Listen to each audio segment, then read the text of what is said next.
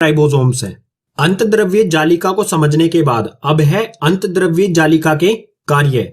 इसमें सबसे पहला है, यह कोशिका द्रव्य तथा केंद्रक के बीच परिवहन का कार्य करती है।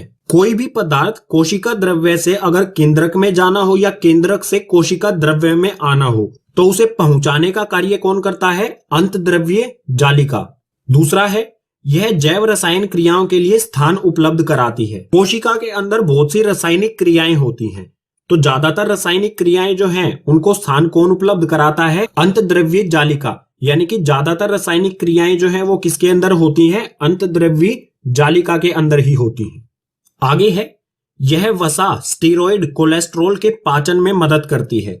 जो भी कोशिका के अंदर वसा यानी कि फैट, स्टेरॉइड या कोलेस्ट्रॉल होता है, ये हानिकारक चीजें होती हैं, तो इन तीनों चीजों का पाचन करने में मदद करती है। पाचन यानी कि इन तीनों चीजों को ये खत्म कर देती है। इसके बाद है, यह कोशिका में विष तथा दवा को खत्म करने में मदद करती है।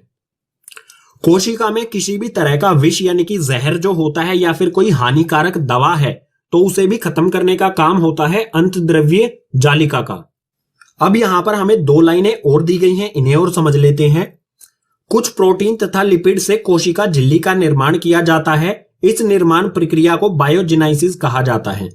जो अंतद्रव्य जालिका है, इसमें जो प्रोटीन बनते हैं, कुछ प्रोटीन और लिपिड को जो है वो कोशिका झिल्ली यानी कि बिल्कुल सेल कोशिका के बाहर की ओर भेजा जाता है, जिससे कोशिका झिल्ली बनती है।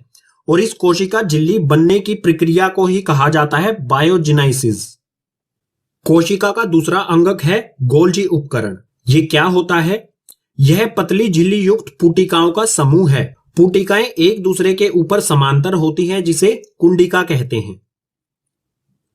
गोल्जी उपकरण कुछ इस तरह का होता है। इसमें जो आपको ये लाइन सी दिख रही है ना, इस तरह से आपको लाइन सी दिख रही है, ये क्या है? इसमें पुटिकाएं हैं। पुटिकाओं के बाहर एक झिल्ली है, पतली सी झिल्ली वाली, इसमें पुटिकाएं हैं। और ये पुटिकाएं जो हैं आपस में एक दूसरे के क्या है, यहां पर आप देख सकते हैं समांतर हैं। और इन्हीं समांतर पुटिकाओं को कुंडिका कहा जाता है। और ये कुंडिकाएं मिलके गोल्जी उपकरण का निर्माण करती हैं। इसका नाम थोड़ा अजीब सा है, गोल्जी उपकरण, जो कि एक साइंटिस्ट के नाम पर ही रखा गया है। अब है कार्य, यानी कि गोल्जी उपकरण के क्या क्या कार्य होते हैं। तो इसमें सबसे पहला है ईआर। ईआर यानी कि एंडोप्लाज्मिक रेटिकुलम, अगर हिंदी में कहें तो अंतद्रव्य जालिका। अंतद्रव्य जालिका में संश्लेषित पदार्थ को यह पैक करते हैं।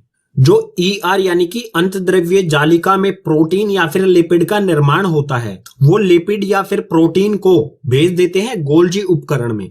गोल्जी उपकरण का काम क्या होता है? जो भी इसके पास भेजा गया है अंतद्रव्य जालिका से, उसको यह पैक कर देती है। पैक करने के बाद उस लिपिड या फिर प्रोटीन को कोशिका के अलग अलग अंगों तक भेजती है, जहां पर जितनी जरूरत होती है उस हिसाब से सभी जगहों पर कोशिकाओं में ये भेज देती है। आगे है लाइसोसोम का निर्माण। गोल्जी उपकरण जो है ये लाइसोसोम का निर्माण भी करते हैं। अब लाइसोसोम क्या होता है ये आगे आएगा, वहां पर इसे डिटेल में पढ़ेंगे। तो अभी आप इतना ही याद रखें कि गोल्जी उपकरण जो है वो लाइसोसोम का निर्माण भी करते हैं। उसके बाद है, यह पदार्थ को पुटिकाओं में संचित तथा रूपांतरित भी करते हैं। जो भी पदार्थ गोल्जी उपकरण के पास आता है, उस पदार्थ को ये इन पुटिकाओं में संचित यानी कि स्टोर कर लेते हैं, इकट्ठा कर लेते हैं और उनको रूपांतरित भी कर सकते हैं। कोशिका का तीसरा अंगक है लाइसोसोम। लाइसोसोम को आत्मघाती थैली भी कहा जाता है। तो लाइसोसोम क्या होते हैं? गोल्जी उपकरण द्वारा इसका निर्माण होता है। इसमें बहुत शक्तिशाली पाचनकारी एंजाइम होते हैं। आपको पीछे वाले पेज पर ही बताया गया था, लाइसोसोम का निर्माण कौन करता है? गोल्जी उपकरण। जो लाइसोसोम होते हैं इसमें बहुत पावरफुल, शक्तिशाली यानी कि पावरफुल पाचनकारी एंजाइम होते हैं, जो किसी के भी संपर्क में आते ही उसको पचा लेते हैं, बिल्कुल खत्म कर देते हैं, नष्ट कर देते हैं।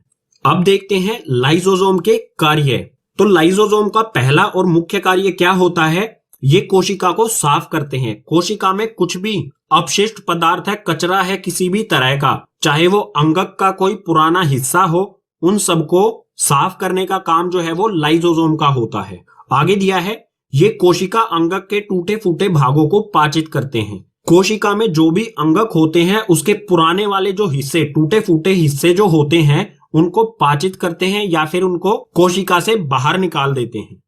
उसके बाद है कोशिका को नुकसान पहुंचाने वाले पदार्थों का पाचन भी करते हैं।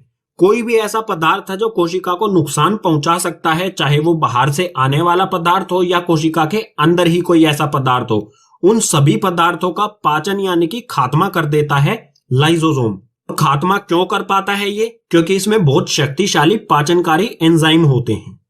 अब लाइसोसोम से संबंधित ही आपके लिए एक प्रश्न है। मैंने शुरू में कहा था लाइसोसोम को आत्मघाती थैली कहा जाता है, तो आपके लिए यहां पर एक प्रश्न लिखा गया है, लाइसोसोम को आत्मघाती थैली क्यों कहा जाता है?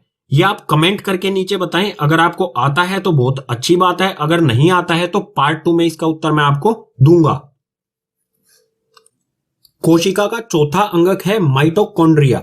माइटोकॉन्ड्रिया को कोशिका का पावर हाउस भी कहा जाता है और कोशिका का बिजली घर भी कहा जाता है। क्यों कहा जाता है? क्योंकि माइटोकॉन्ड्रिया जो है वो कोशिका को सभी तरह की ऊर्जा प्रदान करता है। तो माइटोकॉन्ड्रिया के बारे में हमें यहां पर दिया है, ये केवल यूकारियोटिक कोशिकाओं में ही उपस्थित होते हैं। यह दोहरी झिल्ली से बना होता है। बाहरी झिल्ली छिद्रित होती है और भीतरी झिल्ली वलित होती है। माइटोकॉन्ड्रिया जो है वो सिर्फ यूकारियोटिक कोशिकाओं में ही होता है। माइटोकॉन्ड्रिया में 2 झिल्लियां होती हैं। बाहर वाली झिल्ली जो है वो छिद्रित होती है, यानी कि इसमें छोटे छोटे छेद होते हैं, और जो भीतर वाली झिल्ली, अंदर वाली झिल्ली होती है वो वलित यानी कि फोल्ड होती है, कुछ तह सी लगी होती है, कुछ इस तरह से। ये जो संरचना मैंने बनाई है ये क्या है? वलित है। कुछ इसी प्रकार से अंदर वाली इसकी झिल्ली होती है माइटोकॉन्ड्रिया की। माइटोकॉन्ड्रिया का डायग्राम भी कई बार एग्जाम में पूछा गया है, तो इसकी संरचना कुछ इस प्रकार से होती है।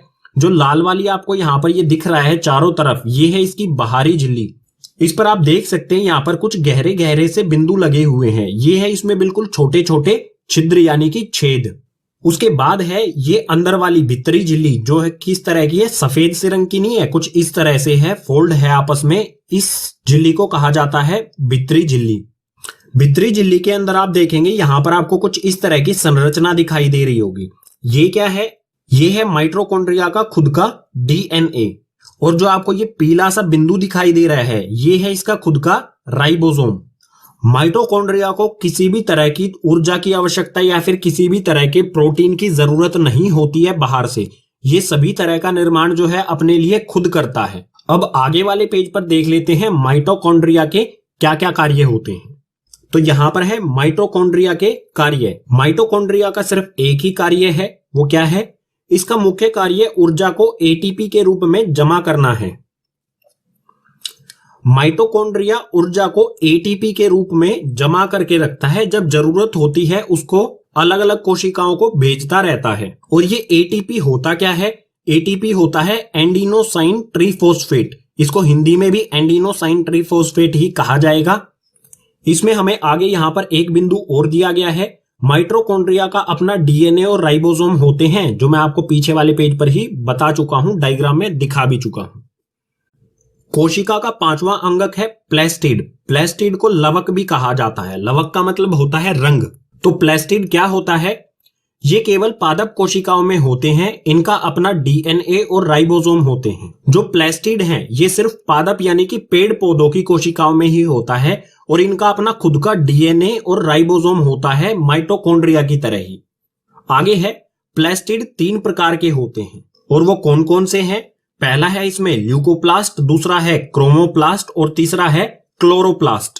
ल्यूकोप्लास्ट के बारे में हमें दिया है, यह सफेद रंग का होता है और जमीन के नीचे वाली कोशिकाओं में पाए जाते हैं। ल्यूकोप्लास्ट का रंग जो है वो बिल्कुल सफेद होता है और पादप का वह भाग जो जमीन के नीचे होता है उनकी कोशिकाओं में ल्यूकोप्लास्ट पाया जाता है। तो पादप यानी कि पेड़ पौधों का कौन सा भाग जमीन के नीचे होता है? जड़। तो ये ल्यूकोप्लास्ट जो है जड़ों में पाया जाता है। आगे है क्रोमोप्लास्ट। क्रोमोप्लास्ट के बारे में दिया है, ये लाल व भूरे रंग के होते हैं और तने वाली कोशिकाओं में पाए जाते हैं। क्रोमोप्लास्ट जो है ये लाल या फिर भूरे यानी कि ब्राउन कलर के होते हैं और ये तने के साथ साथ जो टहनियां होती हैं उन सभी की कोशिकाओं में ये पाए जाते हैं। इसके बाद है क्लोरोप्लास्ट। क्लोरोप्लास्ट के बारे में है, ये हरे रंग के होते हैं और ऊपरी कोशिकाओं में पाए जाते हैं। क्लोरोप्लास्ट का रंग जो है वो हरा होता है। ये ऊपरी कोशिकाएं जो पादप होते हैं उनकी ऊपरी कोशिकाएं यानी कि जो पत्ती होती हैं, हरा रंग जहां पर भी होता है पादप यानी कि पौधे में, वहां पर ये क्लोरोप्लास्ट पाया जाता है। अगले पेज पर देख लेते हैं प्लास्टिड जो होता है इसके क्या क्या कार्य होते हैं, काम होते हैं। तो यहां पर है प्लास्टिड के कार्य। प्लास्टिड अलग अलग प्रकार का होता है, तो उन अलग अलग प्रकार के प्लास्टिड क्या क्या काम करते हैं। तो यहां पर है क्रोमोप्लास्ट और क्लोरोप्लास्ट, इन दोनों के क्या कार्य होते हैं। यह सूर्य तथा CO2 यानी कि कार्बन डाइऑक्साइड की उपस्थिति में प्रकाश संश्लेषण प्रक्रिया से भोजन का निर्माण करते हैं। जो कोशिका होती है वो सूर्य की धूप और कार्बन डाइऑक्साइड की उपस्थिति में प्रकाश संश्लेषण यानी कि फोटोसिंथेसिस प्रक्रिया जो होती है उससे भोजन बनाती है। उसके बाद है ल्यूकोप्लास्ट का कार्य। ल्यूकोप्लास्ट का क्या कार्य होता है, यह प्रोटीन, तेल तथा वसा का भंडारण करता है। ल्यूकोप्लास्ट में प्रोटीन, तेल या फिर वसा यानी कि फैट, इन सभी चीजों का भंडारण यानी कि जमा हो जाती है ये सारी चीजें ल्यूकोप्लास्ट में। कोशिका का छठा और आखिरी अंगक है रसधानियां। रसधानियां जो है इसे रिक्तिका भी कहा जाता है। रसधानियां ठोस व तरल पदार्थों का संग्राहक थैलिया होती हैं। इनका आकार पादप कोशिकाओं में बड़ा और जंतु कोशिकाओं में छोटा होता है। जो रसधानियां हैं इसमें ठोस और कुछ तरल पदार्थ जो है वो इकट्ठा होते हैं, भरे रहते हैं। उनका भंडारण करती है, स्टोर करती है, अपने अंदर इकट्ठा करती है कुछ ठोस या तरल पदार्थों को। और जो रसधानियां हैं इनका आकार पादप यानी कि जो पेड़ पौधे की कोशिकाएं होती हैं उनमें बहुत बड़ा होता है, और जो जंतु कोशिकाएं होती हैं उनमें बिल्कुल छोटा होता है। आगे है एक कोशिका जीव जैसे अमीबा की रसधानियों में खाद्य पदार्थ का संग्रह होता है। जो भी जीव कोशिकाएं होती हैं, जीव कोशिकाओं में रसधानियों का काम क्या होता है, खाने की चीजें, भोजन, खाद्य पदार्थ यानी कि भोजन जो है वो इकट्ठा रहता है उनमें। बात करते हैं रसधानियां या फिर कहें रिक्तिका के कार्यों की। तो यहां पर हमें दिया है ये विभिन्न पदार्थों के संग्रह का कार्य करती हैं, जैसे अमीनो अम्ल, शर्करा, कार्बनिक अम्ल, प्रोटीन आदि। रसधानियों का मुख्य काम यही होता है कि ये अलग अलग पदार्थों को संग्रह यानी कि इकट्ठा करती हैं, अपने अंदर स्टोर करती हैं। जैसे किन किन चीजों को संग्रह करती हैं ये, अमीनो अम्ल हो गया, शर्करा यानी कि चीनी या फिर ग्लूकोज कह सकते हैं हम, कार्बोनिक अम्ल हो गया या फिर प्रोटीन।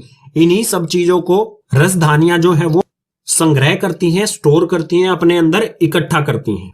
दूसरा है कोशिका को कठोरता प्रदान करना। रसधानियों का एक मुख्य काम यह भी होता है कि ये पादप कोशिकाओं को कठोरता प्रदान करती है, मजबूती प्रदान करती हैं। और इसमें आगे है अतिरिक्त जल तथा अपशिष्ट पदार्थों को कोशिका के बाहर निकालने का कार्य भी करती हैं।